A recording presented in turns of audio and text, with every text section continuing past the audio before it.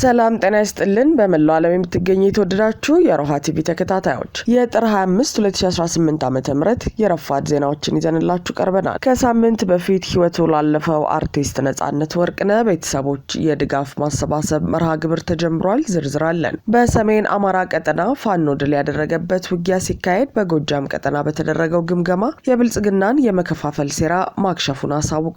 ዝርዝር ወደ ግንባር መረጃዎችን ይዘናል። ሌተናል ጀነራል ታደሰ ወረደ ወደ ጠለምት ያቀናውን ጦራችንን መልሰናል ሲሉ የጦርነቱን መቆም አሳውቀዋል። ለምን የሚለውን ሰሙታላችሁ። የኢራን ጠቅላይ መሪ ሄሚኒ አሜሪካ ጥቃት የምትፈጽም ከሆነ ቀጠናዊ ጦርነት እንደሚነሳ አስጠንቅቀዋል። ውድ አድማጭ ተመልካቾቻችን አብራችሁ ልትቆዩ ከፈቀዳችሁ እነዚህ መረጃዎች በዝርዝር የምናሰማችሁ ይሆናል። የሮሃ ቲቪ ወቅታዊና ሀቀኛ መረጃዎች እንዲደርሷችሁ ቻናሉን ሰብስክራይብ፣ ላይክ እና ሼር በማድረግ አሁኑኑ ቤተሰብ ይሁኑ።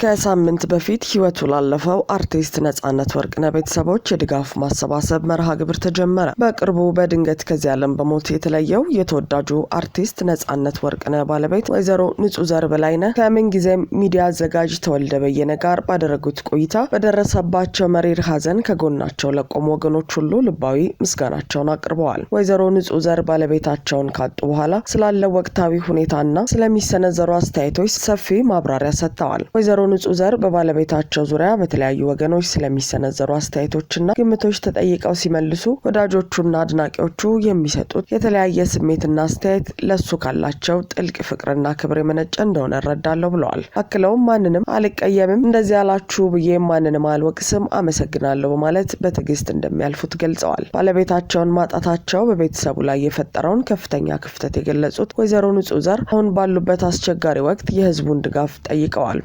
ለምነው ልጆቼን በሰላም ላሳድግ እሱን አጥቼ ቢሆንም ለልጆቼ ልኑር፣ አብራችሁኝ ሁኑ ሲሉ ጥሪያቸውን አስተላልፈዋል። አርቲስቱ በህይወት በነበረበት ወቅት ቤተሰቡን ያስተዳድር የነበረው በዋነኛነት እሱ በሚያገኘው ገቢ እንደነበርና አሁን ያ ኃላፊነት በቤተሰቡ ላይ ትልቅ ጫና መፍጠሩ ተጠቁሟል። የምንጊዜ ሚዲያ አዘጋጅ ጋዜጠኛ ተወልደ በየነ በበኩሉ አርቲስት ነጻነት ወርቅነህ ለቤተሰቡ የነበረውን ጥልቅ ፍቅርና አባታዊ ኃላፊነት አስታውሷል። አርቲስቱ ለሌሎች ኖሮ በተግባር ያሳየውን ፍቅር እኛም ለቤተሰቦቹ እንድንመልስ የማገዣ መንገድ መዘጋጀቱን ገልጿል። በዚሁ መሰረት ነጻነትን የሚወዱና የሚያከብሩ ሁሉ በተሰራጨው በሚታየው የባንክ ሂሳብ ቁጥር እንዲሁም በባለቤቱና በልጆቹ ስም በተከፈተው የጎፈንድሚ ገጽ አማካኝነት የተቻላቸውን ድጋፍ እንዲያደርጉ ጥሪ ቀርበዋል። ወይዘሮ ንጹህ ዘር በላይነህ በንግግራቸው እግዚአብሔር ይስጥልኝ ከማለት ውጪ ሌላ አልችልም፣ እግዚአብሔር ያክብርልኝ፣ ነፍሱን ይማርልን በማለት ንግግራቸውን ደምድመዋል።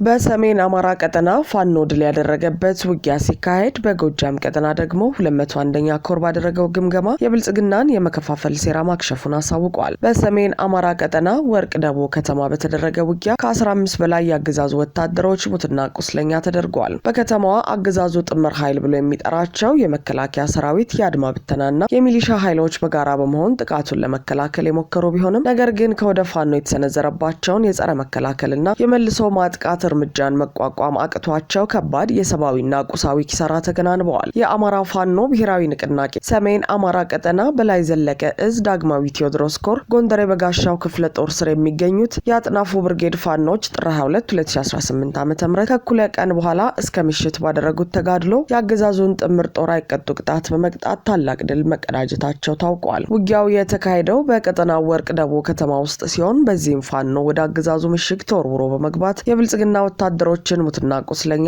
አድርጎ ምሽጋቸውን ማውደሙን ከጎንደር በጋሻው ክፍለ ጦር ህዝብ ግንኙነት ክፍል ማረጋገጥ ተችሏል። በዚህ ውጊያ ከ15 በላይ የአገዛዙ ወታደሮች ሙትና ቁስለኛ ሲደረጉ በርካታ የጦር መሳሪያዎችና ሌሎች ወታደራዊ ግብዓቶች በፋኖ ቁጥጥር ስር ውለዋል። ከተገደሉ የብልጽግና ጥምር ጦር አባላት መካከል በቀጠናው ለእነዚህ ወታደሮች መንገድ በመምራትና የፋኖ ደጋፊ ናችሁ በሚል ንጹሃኖችን ሲያስገድልና ሲያሳስር የነበረው ቻሌ ገብረ የተባለው የሚሊሻ አባል እንደሚገኝ ተገልጿል። በሌላ በኩል የደቡብ ወሎ ዞን ኮማንድ ፖስት በንጹሃኖች ላይ ከወትሮ በተለየ መልኩ ጥቃቶች እንዲፈጸሙ ስለመወሰኑ የሚያሳይ መረጃ ፈትልኮ ወጥቷል። የደቡብ ወሎ ዞን ኮማንድ ፖስት አመራሮች በመካነ ሰላም ከተማ ባካሄዱት ሚስጥራዊ ስብሰባ ከወትሮ በባሰና ተከታታይነት ባለው መልኩ በንጹሃኖች ላይ ጥቃት እንዲፈጸም ስለመወሰናቸው ተሰምቷል። ይህም ህዝቡ በሚፈጸምበት ጥቃት ተማሮ ጦርነቱን አስቁሙልኝ በሚል እንዲጠይቅና ፋኖንም በአደባባይ ወጥቶ እንዲያወግዝ ያስችልልናል በሚል ነው ውሳኔውን ያስተላለፉት ሲል መረብ ሚዲያ ዘግቧል። በአንድም በሌላም መንገድ በህዝቡ ላይ የሚፈጸመውን ጥቃት ተባብሶ እንዲቀጥል በማድረግ ህዝቡ በመሰላቸት ለፋኖ የሚያደርገውን ድጋፍ እንዲያቆምና ጦርነቱ እንዲቆም ተማጽኖ እንዲያቀርብ ለማድረግ አገዛዙ እንደ አማራጭ እየተጠቀመው የሚገኘው አካሄድ ነው። የደቡብ ወሎ ዞን ኮማንድ ፖስት አመራሮች ጥር 20 2018 ዓ.ም በመካነ ሰላም ከተማ ባካሄዱት ዝግ ስብሰባ ህዝቡ በሚፈጸምበት ጥቃት ተማሮ ከፋኖ ይርቃል እንዲሁም ፋኖን ወደ አደባባይ ወጥቶ እንዲያወግዝ ያስደርግልናል ያሉትን ውሳኔ ስለመወሰናቸው ነው ዘገባው ያመላከተው። ውሳኔው ከወትሮ በተለየ ሁኔታ በተጠናና ተከታታይነት ባለው መልኩ በንጹሃኖች ላይ ጥቃት እንዲፈጸም የማድረግ ሴራ ሲሆን ይህም መካነ ሰላምን ጨምሮ በዞኑ ስር በምዕራብ ወረዳዎች ውስጥ በሚገኙ ቀበሌዎች ላይ እንዲሁም በሌሎች የዞኑ አካባቢዎች ላይ ተፈጻሚ ይሆናል ተብሏል። ይህ በእንዲህ እንዳለ የቴዎድሮስ እዝ ከፍተኛ አመራሮችና የ201ኛ ኮር አመራሮች የ54ኛ ክፍለ ጦር አመራሮች እንዲሁም የተለያዩ ጥያቄዎች የነበራቸው በክፍለ ጦር ውስጥ የነበሩ የሬጅመንት አባላት 2 ቀን የፈጀ ጥልቅ ግምገማና ውይይት በማካሄድ የውስጥ ችግሮች በመለየት መፍትሄና ቀጣይ ህግና ስርዓትን ማስቀመጥ መቻላቸውን 201ኛ ኮር አስታውቋል። እንዲሁም ውይይትና ምክክሩን በፍጹም ወንድማማችነት ማጠናቀቅ ተችሏል ሲል ገልጿል። የተሸነፈው የአብይ አህመድ ቡድን በሚዲያ ባሰማራው የሚሊሻ ሰራዊት ለመከፋፈል ያለ ረፍት ስንጥቆችን በመፈለግ አረሞችን ለመትከል 24 ሰዓት ቢሰራም እኛ ግን ቤታችንን ዘግተን በመምከር ችግራችንን በመፍታት በአንድነት የወጣንለትን ዓላማ በማሰብ ጦራችንን በመሰብሰብ የጠላትን ቅስም መስበር ችለናል ሲል አብራርቷል። ከዚህ በኋላ ሌሎቻችን እንደ ድርጅታችን የሰጠንን ተልዕኮ ለመፈጸም በዝግጅት ላይ እንገኛለን በማለት አጽንኦት ሰጥቷል።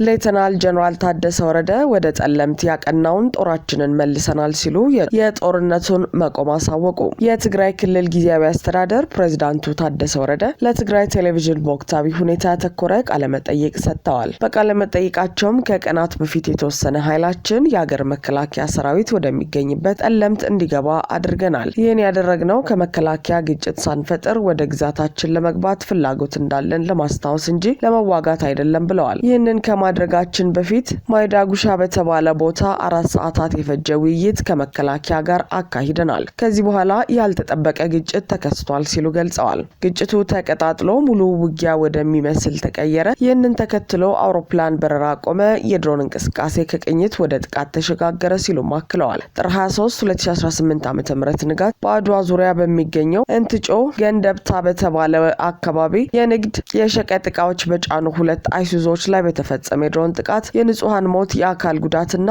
የንብረት ውድመት አጋጥሟል ይላል። ስለዚህም የሀገር መከላከያ ሰራዊት ወደሚገኝበት ጠለምት ወረዳ የዘለቀው ኃይላችን እንዲመለስ ትዕዛዝ ሰጥተናል። ሐሙስ ጥር 21 የአውሮፕላን በረራ ተቋረጠ እንጂ አርብ ጥር 22 ከብልጽግና አገዛዝ ጋር ስለ ዲዲአር እና ስለ ሌሎች ተያያዥ ጉዳዮች ለመነጋገር ቀጠሮ ነበረኝ ብለዋል። ግጭቱ ከተከሰተ በኋላ ከብልጽግና ጋር ቀጣይ የሆኑ የስልክ ግንኙነቶች አሉን። በረራ ከተጀመረም በአካል በመሄድ እንወያያለን ሲሉ ተደምጠዋል። ወላዋይ የሆነ አቋም አላቸው በሚል የሚተቹት ጀነራል ታደሰ ወረደ ይህ በቃለ መጠይቃቸው ያነሱት ሐሳብ የህወሓትና የትግራይ ወታደራዊ ኃይሎች ጭምር መሆኑን ማረጋገጥ አልተቻለም።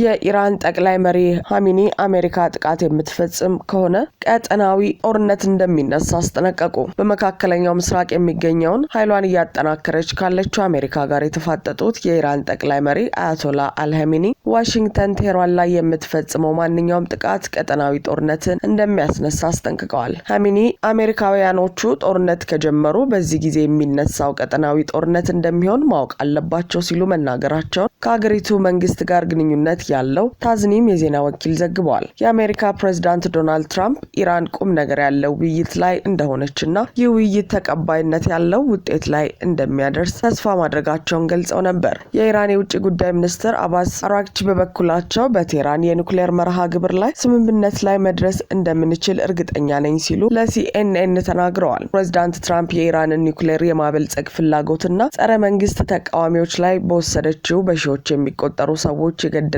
እርምጃ ምክንያት በማድረግ ጣልቃ እንደሚገቡ ዝተዋል። የኢራን የውጭ ጉዳይ ሚኒስትር አራግቺን እንዳለመታደል ሆኖ አሜሪካን እንደ ተደራዳሪ አጋር ለማየት ያለን እምነት አጥተናል ብለዋል። ሆኖም በቀጠናው ባሉ ወዳጅ ሀገራት በኩል የሚደረገው የመልእክት ልውውጥ ከዋሽንግተን ጋር ፍሬያማ ንግግር እንዲኖር እያመቻቸ መሆኑን አክለዋል። የኢራን ከፍተኛ የደህንነት ባለስልጣን አሊ ላሪጃኒ የድርድር የማዘጋጀት ሂደት ለውጥ እየታየበት እንደሆነ ገልጸው ነበር። በቀጠናው የሚገኘው ኃይሏን እያጠነከረች ያለ ያለችው አሜሪካ የዩኤስኤስ አብርሃም ሊንከን የተሰኘውን የአውሮፕላን ተሸካሚ መርከብ ወደ አካባቢው ልካለች። ባለፈው ሳምንት ደግሞ የአሜሪካ ማዕከላዊ እዝ በአረቢያን ባህር ላይ የተንቀሳቀሰ መሆኑን አስታውቋል። የኢራኑ ጠቅላይ መሪ ሀሜኒ ትራምፕ በየጊዜው መርከቦችን አመጣው ይላል፣ የኢራን ህዝብ እነዚህን ነገሮች አይፈራም ብለዋል።